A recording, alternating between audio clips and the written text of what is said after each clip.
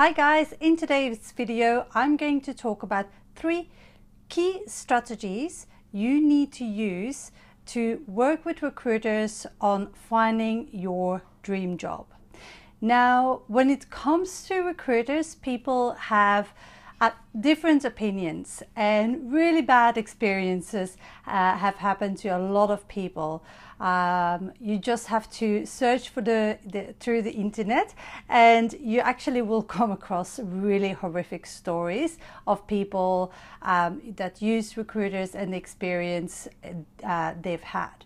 But today I want to focus on 3 things that you need to know how to navigate the whole recruitment world, and how you can actually use recruiters to your benefit, because honestly they are a wealth of experience, knowledge. They know the job market, they know the best salaries, and their negotiating skills are second to none, because they have to negotiate the best offer for you, because the more you get, the more they get. So it's in their own best interest. So for those who don't know me, I'm Caroline de Kimpe. I'm career coach and job search strategist.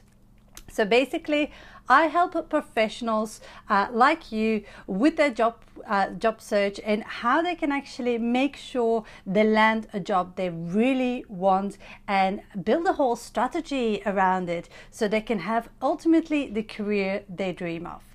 So, alright, so let's dive in. First strategy is you need to understand the world of recruitment.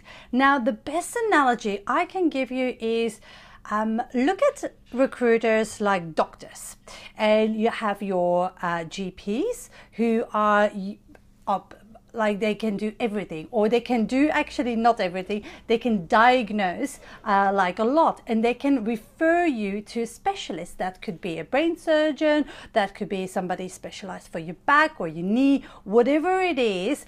Like you have doctors that are specialized in a certain area, and then you have your GPs. So basically that's the same with recruiters. So to give an overview of the whole landscape is that you have 3 types of recruiters, and now I'm generalizing a little bit, but this will give you a good idea of how it works, how the system works, and which is really important for you. So first of all, you have your generalists.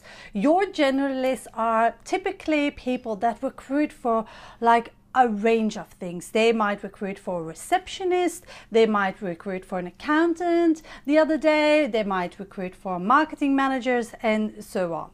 So those are your generalists, and often, not always, but often they're tied to a certain region, and so they look after that region and recruit for all the companies within that region, all different positions. They don't have the market expertise in a specific niche. So generalists, they know a lot of generalist stuff, and they recruit for anything that you would actually like find as a position within a company.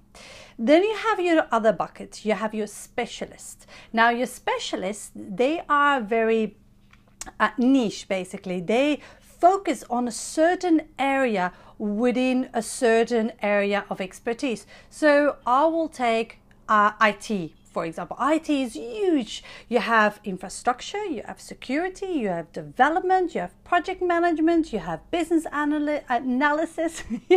So you have so many different areas.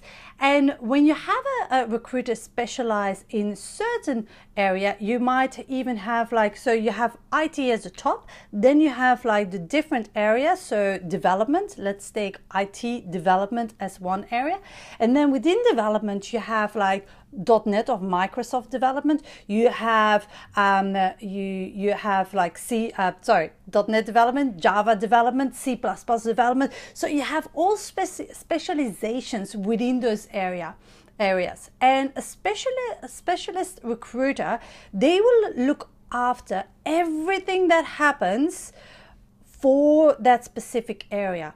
So, and they can even be split up in permanent and contract.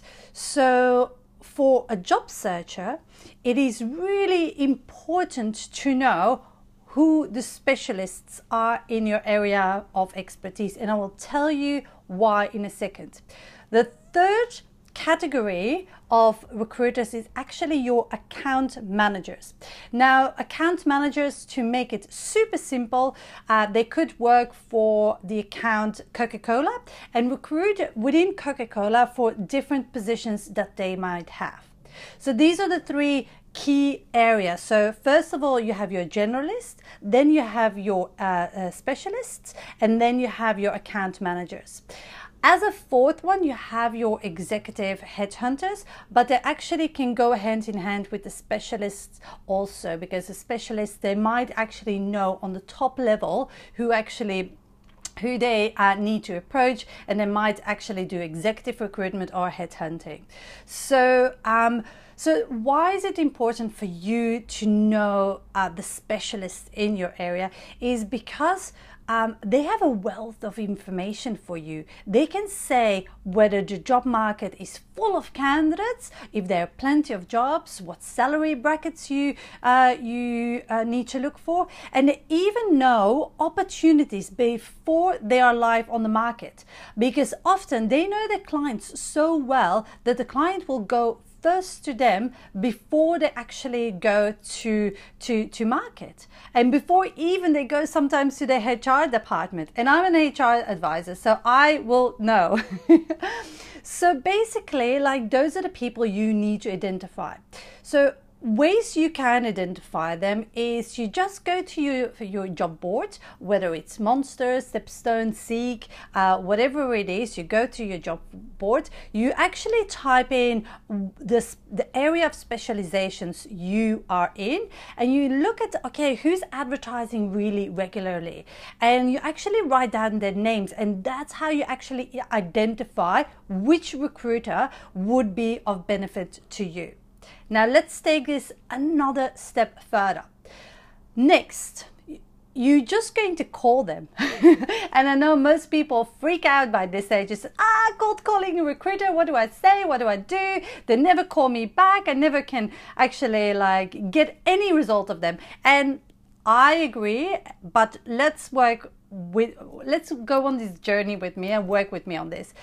Recruiters are people that, yes, they have to do candidate sourcing, but they also need to do business development quite often. So they have a target to go out and see clients for meetings. They have to call the clients to actually get the job briefs and so on. And then they are also recruiting or sourcing for the roles they have available. So you have to think, okay, during the day, they have some core business hours that they are flat out. So the best time to call a recruiter is in the morning or in the late afternoon. Those are the best times. You can try at lunchtime, but mornings and late afternoons are the best. And when you call them, you have to be ready with a pitch. You just can't call and say like, hey, I'm just following up on my application. Have you received it?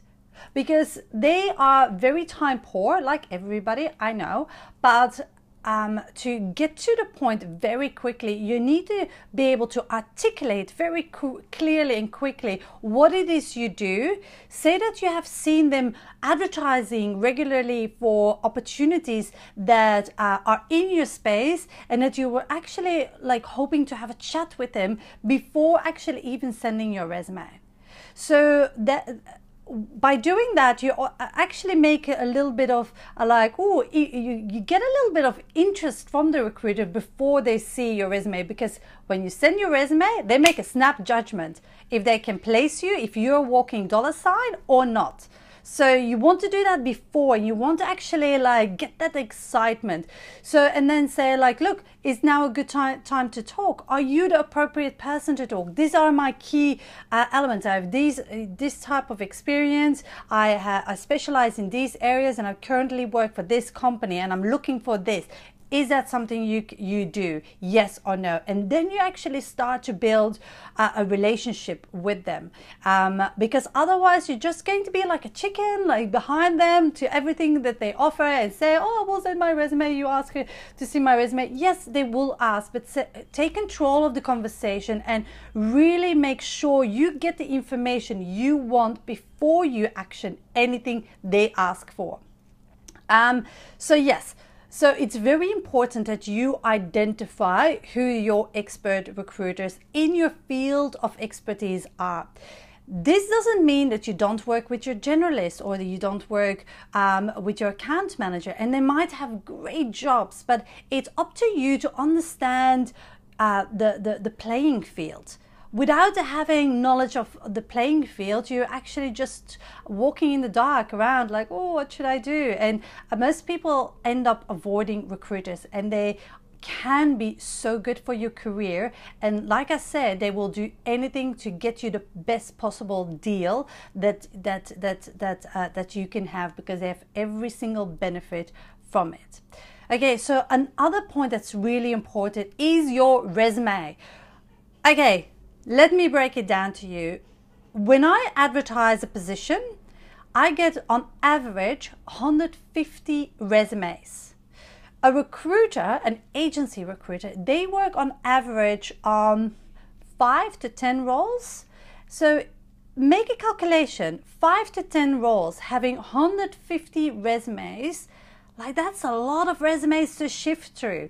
So if your resume doesn't follow the right framework, and doesn't really encourage skin reading, that they in a catch of an eye really get what you're all about, you're going to miss out. You're going to be put on the maybe pile, or like, I'll come back to that later. And you know what happens to people that actually end up on the I'll come back to that later pile? Delete, which is not where you want to be. You want to be on the yes pile. And so the way you get on the yes pile with a recruiter is you clearly articulate on your resume what you do and what you stand for. I'm really passionate about resumes, as you can see. So what I've done to make it super easy for you, I have a favorite resume template that I know works.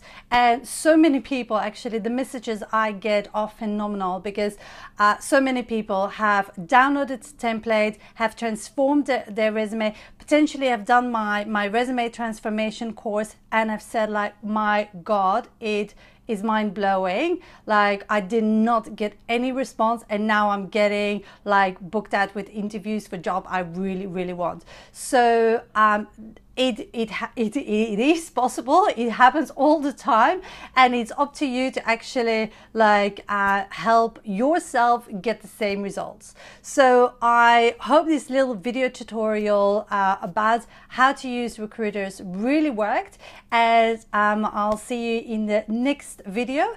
And in the meantime, if you have any questions that you want me to make a video about, you can always email caroline@newhorizoncoaching.com.au, and I will get back to you as soon as possible, and hopefully I'll make a video to tell you exactly what my subjective opinion is. Thank you very much, and see you later. Bye.